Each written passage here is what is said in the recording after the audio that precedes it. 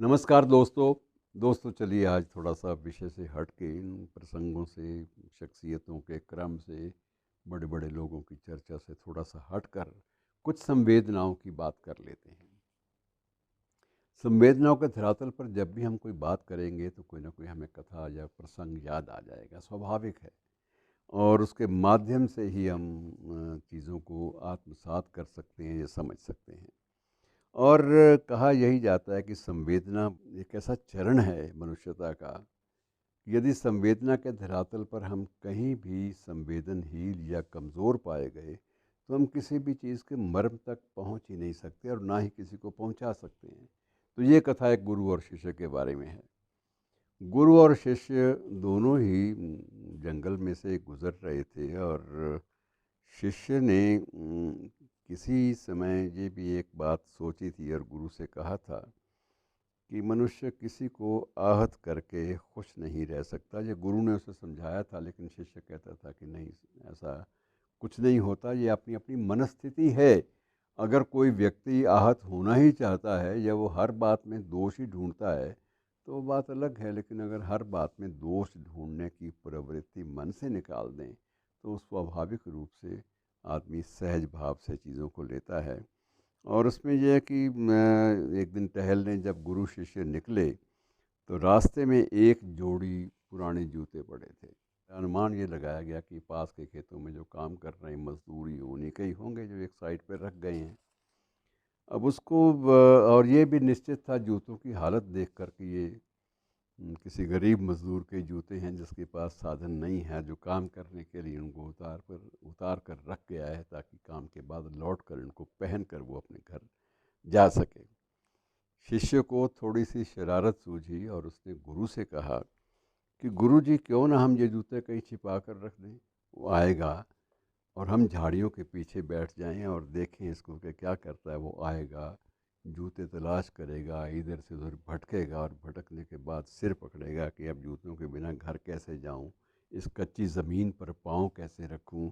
और उसकी झल्लाहट जो है ये हमें आनंद भी दे सकती है, सुख भी दे सकती है। फिर धीरे धीरे हम कई जूतों को किसी एक दिशा से जहाँ उसकी नज़र ना पड़ती हो, धीरे से हम उसके आगे फेंक भी दें तो वो एकदम से प्रसन्न भी हो जाएगा, लेकिन उसके मन में संदेह ज़रूर आएगा कि है ना किसी एक की शरारत और वो उससे दुखी होगा।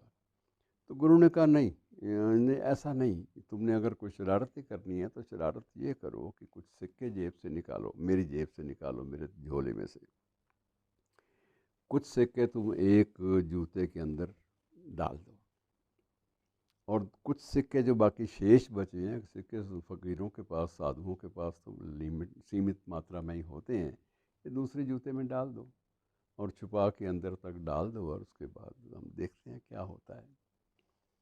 अब उसमें किसान आया, किसान के हाथ में एक पानी का लोटा भी था, उसने लोटे से अपने मुंह पर छींटे दिए, थोड़ा सा अपने हाथ धोए और उसके बाद बड़े आराम से, बड़े चैन से अपने अंगूछा निकाल के उससे थोड़ा सा पैर भी साफ कर लिए और आराम से एक जूते में उसने अपना पाँव रखा।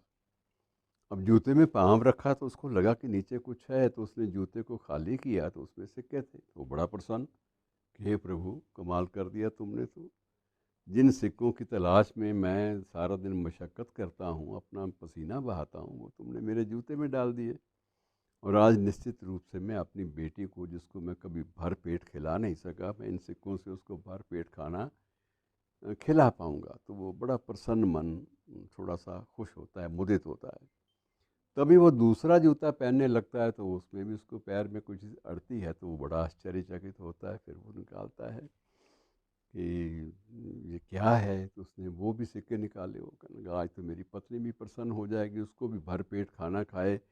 कई महीने बीत चले हैं, आज मैं अपनी बच्ची और अपनी पत्नी दोनों को ही भर पेट खाना खिला पाऊँगा, मुझे इस बात की संतुष्टि है। और साथ में ये भी प्रार्थना करता है कि जिस भी व्यक्ति ने किसी भी मानसिकता से, किसी भी तरीके से सोचकर, या ईश्वर ने स्वयं ये डाले हैं, तो मैं ये मानता हूँ कि ये ईश्वरीय देन है, ये उसी का प्रसाद है जिसके बूते पर मुझे इतनी बड़ी प्रसन्नता का एहसास भीतर भी हो रहा है। और उसके बाद वो बड़ा खुशी खुशी उन सिक्कों को जेब में डालकर वहाँ से चलता बना। तब गुरु ने कहा कि देखो, अगर तुम्हारे मन में भाव ठीक है ना, तो तुम उसके चेहरे पे एक एक मुस्कान की एक एक लकीर को पढ़ सकते हो, और तुम उससे एक प्रेरित हो सकते हो कि ये अगर सुख भोगना है जीवन में तो उसका तौर तरीका ये है। तुम्हें शांति मिलेगी भीतर तक और सुख मिलेगा। इसलिए कभी भी शरारत करते वक्त किसी मेहनत कश आदमी से भद्दा मजाक करने का प्रयास न करो। शुक्रिया।